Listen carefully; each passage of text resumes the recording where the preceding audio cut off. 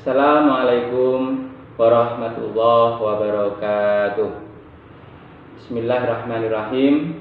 Alhamdulillah, anak-anakku yang santun, yang sangat saya banggakan, bersyukur kita mengawali pertemuan virtual kali ini dengan ucapan Alhamdulillah, luar biasa, Allahu Akbar. Karena hanya atas limpahan rahmat, taufik dan hidayah Allah, kesempatan yang luar biasa yang diberikan kepada Allah, kali ini kita bisa bertatap muka walaupun dalam dunia maya, walaupun dalam pembelajaran yang online. Mudah-mudahan pembelajaran daring kali ini tidak mengurangi semangat kita dalam belajar untuk mensukseskan, untuk menjadikan diri kita menjadi anak-anak yang luar biasa. Mari kita ikuti, kita simak pembelajaran berikut ini. Yang pertama, peta konsep dalam pembahasan kita kali ini, sejarah munculnya firqah dalam Islam. Subbahasan yang pertama, bibit-bibit perselisihan di antara umat Islam. Yang kedua, pendapat kaum Muhajirin dan Ansor. Yang ketiga, urutan pemerintahan Khulafaur Rasyidin.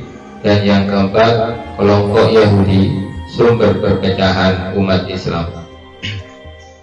Yang pertama, bibit-bibit perselisihan di antara umat Islam. Ada 3 aspek agama Islam. Ada 3 pokok. Yang pertama, iman. Yang kedua, Islam. Dan yang ketiga, ihsan. Iman itu artinya percaya kepada Allah, para malaikatnya, kitab-kitabnya, para rasul, hari akhir, dan takdir baik dan buruk. Sedangkan Islam artinya mengucapkan syahadat, sholat, zakat, puasa Ramadan, dan haji bagi yang mampu.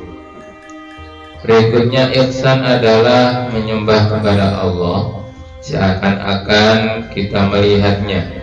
Kalau kita tidak mampu melakukan itu, yakinlah bahwa Allah melihat ibadah kita.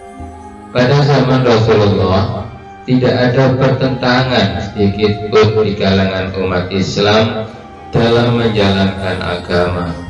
Setiap permasalahan yang muncul langsung dijawab oleh Rasulullah SAW.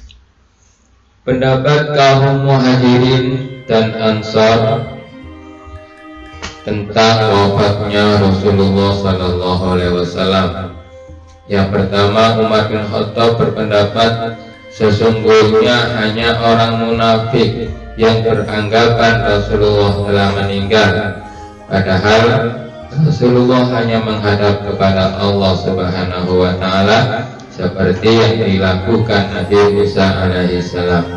Sedangkan menurut Abu Bakar saat itu mengenai wafatnya Rasulullah, barang siapa di antara kalian yang menyembah Muhammad sallallahu alaihi wasallam, maka sesungguhnya dia telah meninggal. Tetapi barang siapa yang menyembah Allah, maka Allah Subhanahu wa Ta'ala Maha hidup dan kekal. Pertentangan yang kedua tentang pemakaman Rasulullah sallallahu alaihi wasallam. Abu Bakar mengatakan, saya telah mendengar Rasulullah sallallahu alaihi wasallam bersabda, tiadalah seseorang nabi meninggal dunia melainkan dia dikuburkan di tempat dia meninggal. Sedangkan Aisyah saat itu mengatakan, kami tidak mengetahui penguburan Rasulullah SAW hingga kami mendengar satu sekop di tengah malam. Pertentangan berikutnya tentang pengganti Rasulullah SAW. Rasulullah tidak pernah berwasiat tentang siapa pengganti beliau, sehingga wajar muncul perselisihan antar para sahabat siapa pengganti Rasulullah. Sahabat Ansar merasa berhak, merasa membantu jiwa dan raga saat Rasulullah hijrah ke Madinah. Sedangkan sahabat Muhajirin merasa berhak karena termasuk orang-orang pertama yang para sahabat akhirnya sepakat memilih Abu Bakar sebagai khalifah pertama dengan pertimbangan yang pertama, Abu Bakarlah orang yang pertama masuk Islam. Yang kedua, sahabat Abu Bakar selalu membenarkan apa yang dikatakan oleh Rasulullah sehingga beliau mendapat gelar As-Siddiq.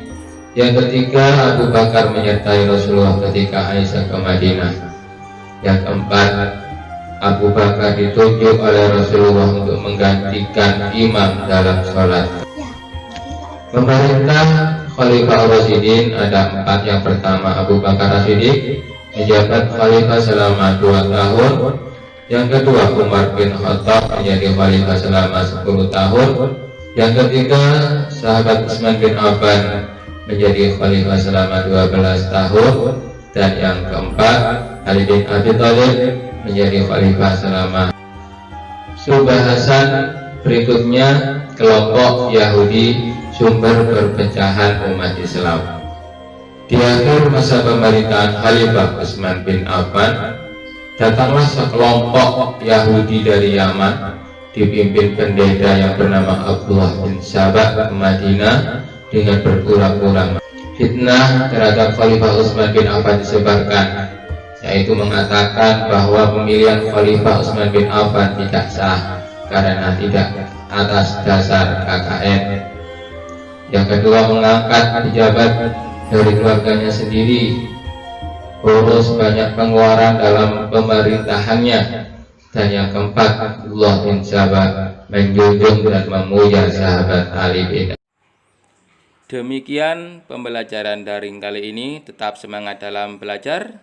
Sekian, wassalamualaikum warahmatullahi wabarakatuh.